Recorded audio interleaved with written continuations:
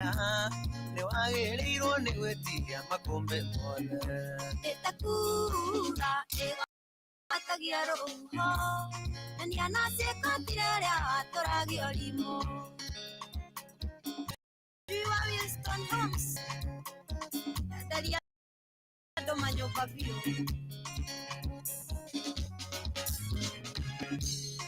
gwĩte ngoro na ngwendete mũne Wira nini ndakũrutire gwa ciari aku ngĩmera nginya nĩndĩgũtĩkagĩra kĩai nĩkĩo ngũkũria ũcoke mũciĩ tũrere ciana nĩkĩo ngũkũria ũcoke mũciĩ tũrere ciana ndĩratwĩte itua ngĩhĩta ndũkanyona rĩngĩ ũgweta ciana ndaigweta wanjĩrĩria kwaria ũkũra nyona ndĩrĩ ũndũ ndigĩte na thutha Ngai ateithie ciana ici kana gũtũkie Ngai ateithie ciana kana gũtũkie wendo witũ umĩte kũraya nĩwagĩrĩirwo nĩ gwĩtiria makũmbĩ mothe ĩtakura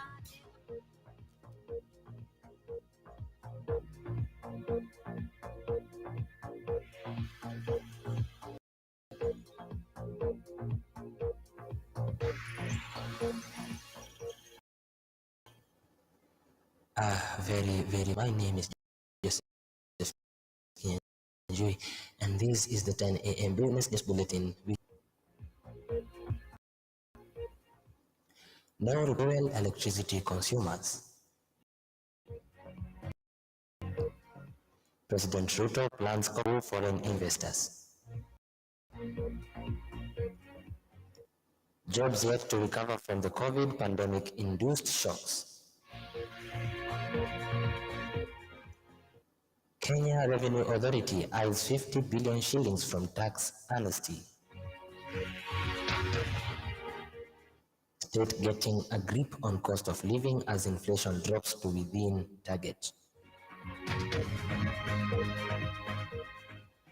Uphill task trying to grow the economy.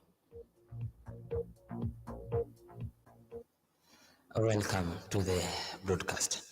Kenyans are grappling with costly electricity and fuel, contrary to the earlier promises by President William Ruto's administration to keep the two critical commodities affordable. Electricity costs went up from April 1st in the wake of tariff reviews that saw prices jump between 15% and 20%, while the cost of fuel significantly up after the doubling of the value-added tax VAT to 16% 3 months later.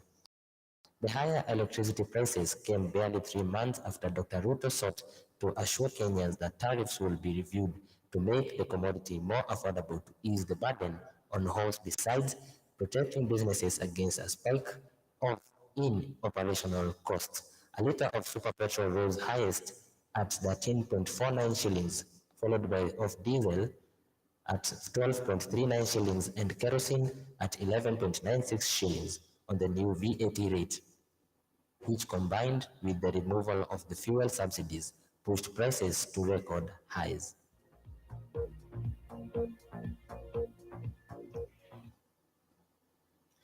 Kenya plans to cut corporate income tax CIT on earnings by 5 percentage points in a bid to drive compliance and align with average international rates in a bruising global battle to attract foreign investors. Treasury Cabinet Secretary Njuguna Ndung'u has disclosed that Ruto administration will be seeking to reduce the standard CIT rate for the resident firms to 25% from the current 30%. The reduction, which is expected to come into force from the financial year starting July 2024, will nonetheless see firms in certain sectors that pay for preferential tax rates as half the standard rate on profit gradually lose those benefits. Professor Ndung'u says in the draft medium-term revenue strategy, which will run between July 2024 and June 2027, that Kenya rate, which is higher than the global average of 23% and Africa's 29%, has led low compliance among eligible companies.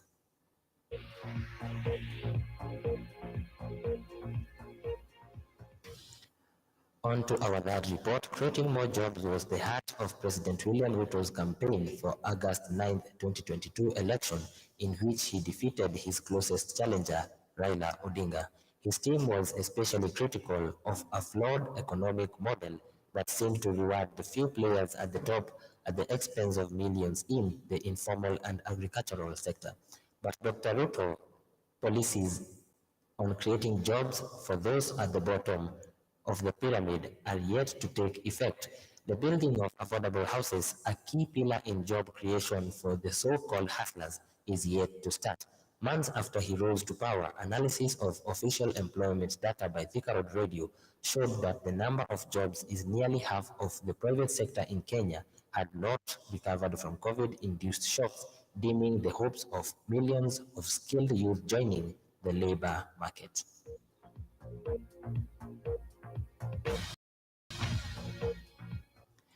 The KRA Kenya Revenue Authority is targeting to collect 50 billion shillings from a 10-month amnesty it has granted to Kenyans who had failed to pay taxes by the end of last year. KRA Commissioner General Humphrey Watanga said the amnesty would cater to those penalized for failing to settle their tax dues by December 31st, 2022, or who had fines and accrued interest. On August 13th, KRA issued guidelines for the amnesty indicating that amnesty on taxpayers who did not have outstanding principal tax due by December 31st, 2022, but had interest and penalties due to shall be automatic, and taxpayers will not be required to apply with those outstanding principal by end of last year, but pay by June 30th, 2024 will be required to apply for amnesty. During the launch of the Central Bank of Kenya CBK portal on Monday, President William Ruto said the program was intended to alleviate financial burdens by assisting taxpayers facing financial challenges related to unpaid taxes.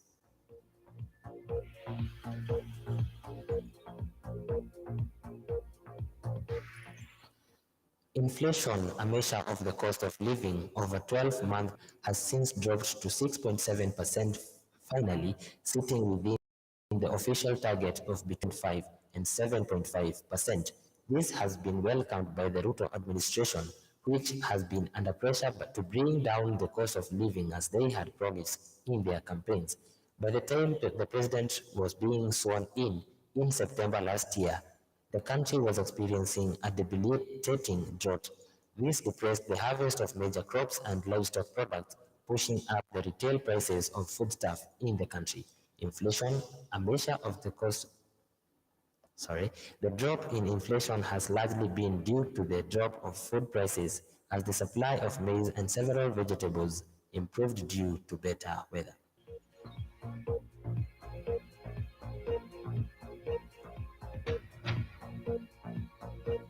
Your radio of choice, TR Radio. We are with you 24/7, full of entertainment, inspiration, and educative content.